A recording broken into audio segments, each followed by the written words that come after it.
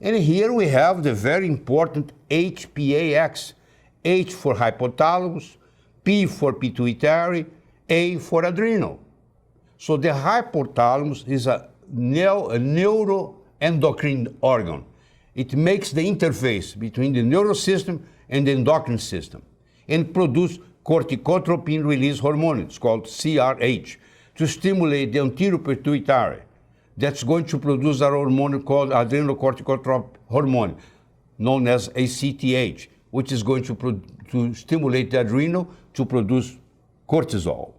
This cortisol falls into the blood, and among many other things, because it has many functions, as you have seen, it's going to do the negative feedback with short arm to the anterior pituitary and the long arm called to the hypothalamus.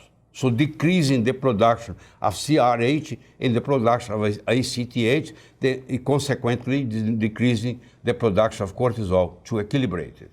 So it's very important to understand the HPA axis, hypothalamus, pituitary, adrenal axis. Here I have the same thing displayed in a different way for you to appreciate. Hypothalamus, pituitary, adrenal. Okay? Layers and hormone production.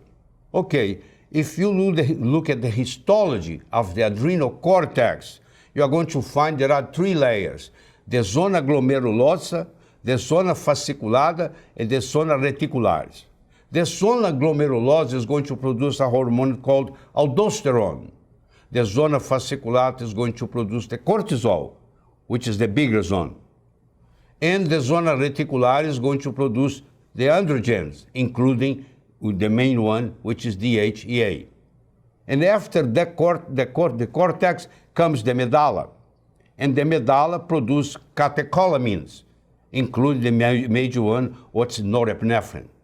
So you're seeing here the layers, the histology, and the hormone production. So now you have a better idea about the functions of the adrenal. Well, let's go back to that case where we did the salivary test, cortisol test curve, and the cortisol was elevated. Well, this cortisol elevated, since these three glands work together, this cortisol elevated cortisol is going to interfere in the thyroid in the bad way. It's going to make the thyroid work less, produce less hormone. This less production of hormone by the thyroid is going to cause the pancreas to overwork. It's because when the thyroid is not working appropriately, it creates insulin resistance. As thyroid dysfunction is one of the causes of insulin resistance. So in the presence of insulin resistance, the pancreas has to overwork to produce more insulin. But eventually, all these three are getting tired, and this is going to be triple exhaustion. And when the adrenals are not working appropriately anymore, neither the thyroid, neither pancreas. So I have a triple exhaustion, which usually goes to the psychiatrist. This patient thinks that has depression, and therefore it's mistreated, because it's not like this here. It's a burnout syndrome that this picture represents everything. I don't need to say much, just you look at it. And that's the situation. And this patient is going to say he has depression, end up usually in psychiatry. But it's not a psychiatric problem, it's a hormonal problem.